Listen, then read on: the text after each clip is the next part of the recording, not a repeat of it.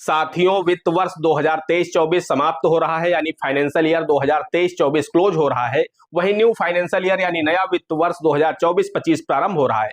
ऐसे में बहुत सारे बैंक के रूल्स भी यहां पर समाप्त हो रहे हैं। न्यू बैंक रूल्स भी 1 अप्रैल 2025 से प्रभावी होंगे, यानी नए नियम बैंकों के यहां पर आ गए हैं जो कि 1 अप्रैल 2025 से प्रभावी हो जाएंगे और ये सभी न्यू रूल्स आपके जेब पर सीधे असर डालेंगे। इसलिए आप सभी के लिए ये रूल्स जानने बहुत ही आवश्यक है, क्योंकि नया वित्त वर्ष 1 अप्रैल 2025 से लागू हो जाएगा, चालू हो जाएगा और वहीं पर से आप सभी के लिए बैंक खाते जो आप सभी के बैंक में खुले होते हैं, जो भी सार्वजनिक क्षेत्र के बैंक हैं, चाहे वो पंजाब नेशनल बैंक हो, स्टेट बैंक हो, एचडीएफसी बैंक हो, इस तरह के जो सार्वजनिक क्षेत्र के बैंक हैं, प्राइवेट बैंक हैं, सभी बैंकों पर न्यू रूल अप्लाई हो जाएंगे। आरबीआई की तरफ से गाइडलाइन जारी कर दी गई है।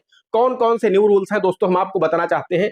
आपकी जो फिक्स डिपॉजिट होती है उससे जुड़े हुए भी रूल्स यहाँ पर चेंज होने वाले हैं।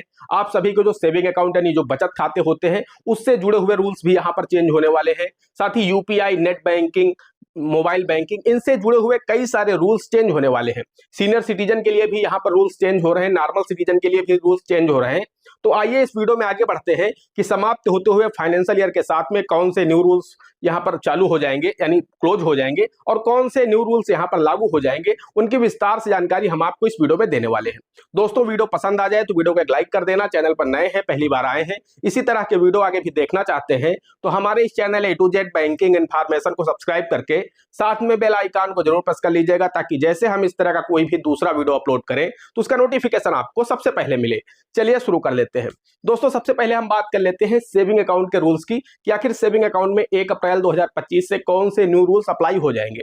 तो दोस्तों, हम आपको बताना चाहते हैं सबसे पहली बात यहाँ पर कि आप सबके लिए यहाँ पर जो मिनिमम बैलेंस अभी तक रिक्वायरमेंट होती थी उसकी जो लिमिट है, उसका जो अमाउंट है उसे बढ़ा दिया जाएगा। ये भौगोलिक स्थिति के आधार पर बढ़ाया जाएगा। अभी तक मान लीजिए बहुत जगह पर ऐसा था कि 1,000 रुपए से लेकर के 10,000 रुपए तक आप सभी को अपने सेविंग अकाउंट में मिनिमम बैलेंस रखना अनिवार्य होता था। अगर आप उसे नहीं रख पाते थे तो फिर आपके ऊपर पेनाल्टी इंपोज की जाती थी, यानी आपके ऊपर चार्जेस लगाए जाते थे कि आपने मिनिमम बैलेंस नहीं रखा अपने खाते में, इसके चार्जेस आपको देने होंगे। कुछ जगह पर 1,000 रुपए था, कहीं पर 2,000, कहीं पर 5,000, कहीं पर 10,000 था। इसी तरह से इस बार भी लागू होगा। पहली चीज तो ये कही गई है कि मिनिमम बैलेंस के जो चार्जेस हैं उन्हें बढ़ाया जाएगा और दूसरी चीज ये है कि अमाउंट को भी इंक्रीज किया जाएगा। ये भौगोलिक स्थिति पर निर्भर करता है कि जो बैंक है, आपकी जो बैंक शाखा है जहां पर आपका खाता है, वो बैंक किस स्थान पर है, कौन से एरिया में है। वो ग्रामीण क्षेत्र में है तो वहां पर मिनिमम बैलेंस मान लीजिए अभी तक अगर 1,000 रुपए था तो अब 2,000 रुपए किया जा सकता है।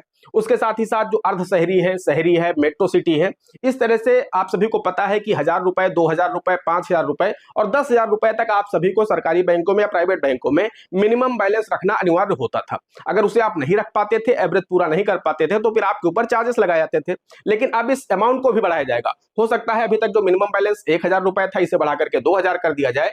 वही जहां पर अभी तक 10,000 रुपए मेट्रो सिटी में था, वहां पर 20,000 या 25,000 रुपए अमाउंट भी किया जा सकता है कि आपको सेविंग अकाउंट में इतना बैलेंस रखना ही होगा। साथ ही साथ अभी तक अगर आपके ऊपर 100 रुपए चार्जेस लग रहे थे तो इसे बढ़ा करके अब 200 रुपए या 150 रुपए या 250 रुपए भी किया जा सकता है।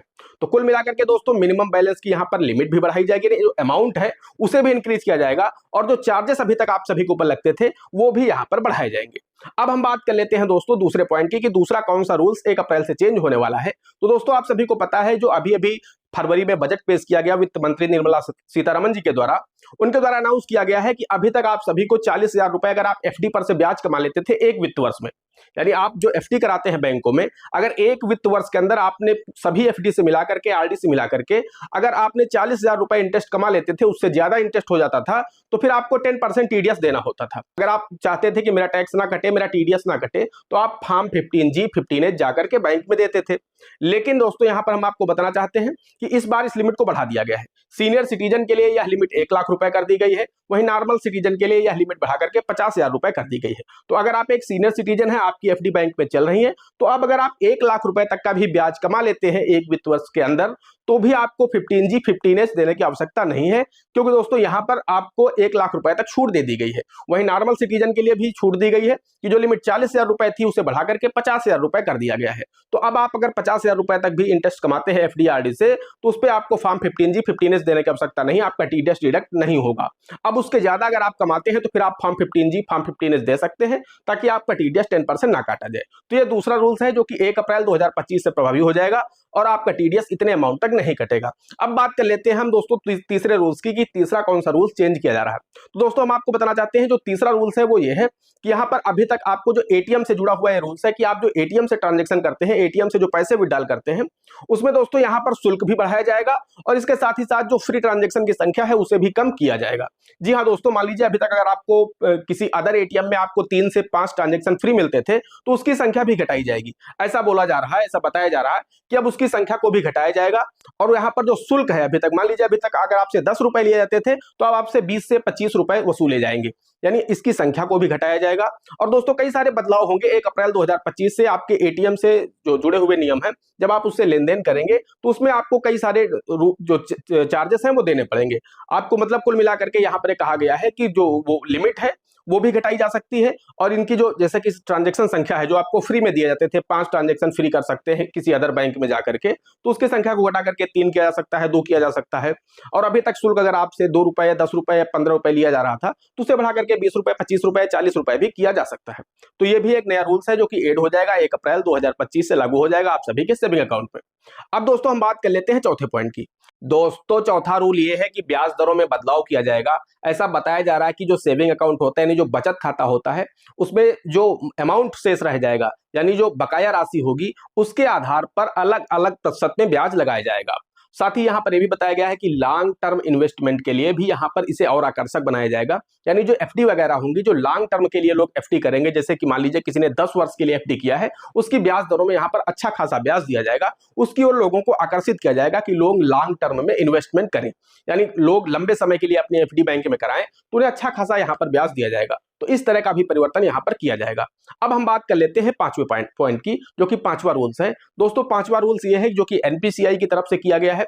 एनपीसीआई यानी national payment corporation of India ने कहा है, काफी दिन पहले ही कहा था कि 1 अप्रैल 2025 से न्यू नियम लागू होंगे। बहुत सारे लोगों के जो यूपीआई हैं वो बंद हो जाएंगे। कैसे बंद हो जाएंगे दोस्तों, हम आपको बताना चाहते हैं।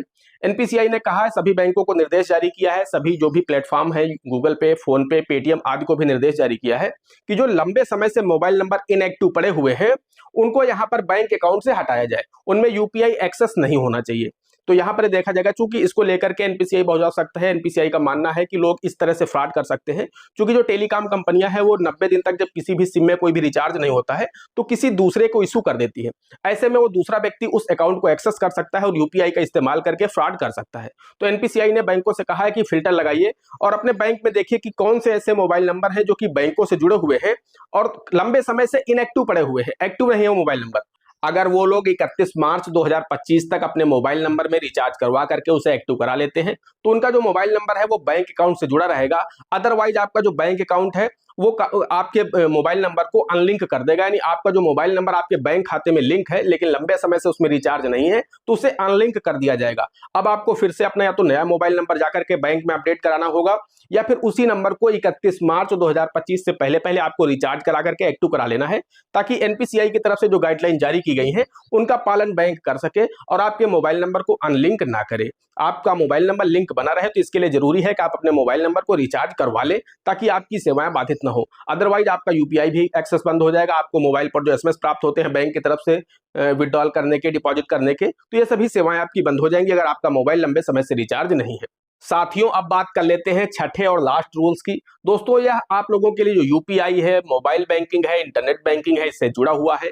आरबीआई और एनपीसीआई का कहना है कि हम इसे और भी सुविधाजनक बनाने के लिए, और भी सिक्योर बनाने के लिए, और भी पारदर्शी बनाने के लिए कई कदम उठाए जाएंगे, जो कि 1 अप्रैल 2025 के बाद से आपके यूपीआई, आपके नेट बैंकिंग इसमें उपलब्ध हो जाएंगे। यानी नए फीचर्स यहां पर जोड़े जाएंगे ताकि इसे और भी सुरक्षित बनाया जा सके और पारदर्शी बनाया जा सके और सरल बनाया जा सके। तो इसलिए यहां पर डिजिटल बैंकिंग को बढ़ावा देने के लिए ये कदम उठाए जाएंगे जो कि 1 अप्रैल 2025 से प्रभावी हो जाएंगे आपके एआई में। और साथ ही ये भी कहा गया है कि एआई चैटबॉट उपलब्ध होगा जो कि आपके सवालों का जवाब देगा। यानी आपको किसी तरह की कोई समस्या होगी अगर UPI, net banking, mobile banking के माध्यम से, तो वहां पर एआई चैटबॉट आपकी मदद करेगा। दोस्तों आशा करते हैं आपको वीडियो हेल्पफुल लगा होगा। अगर वीडियो पसंद आया है तो वीडियो को एक लाइक कर देना।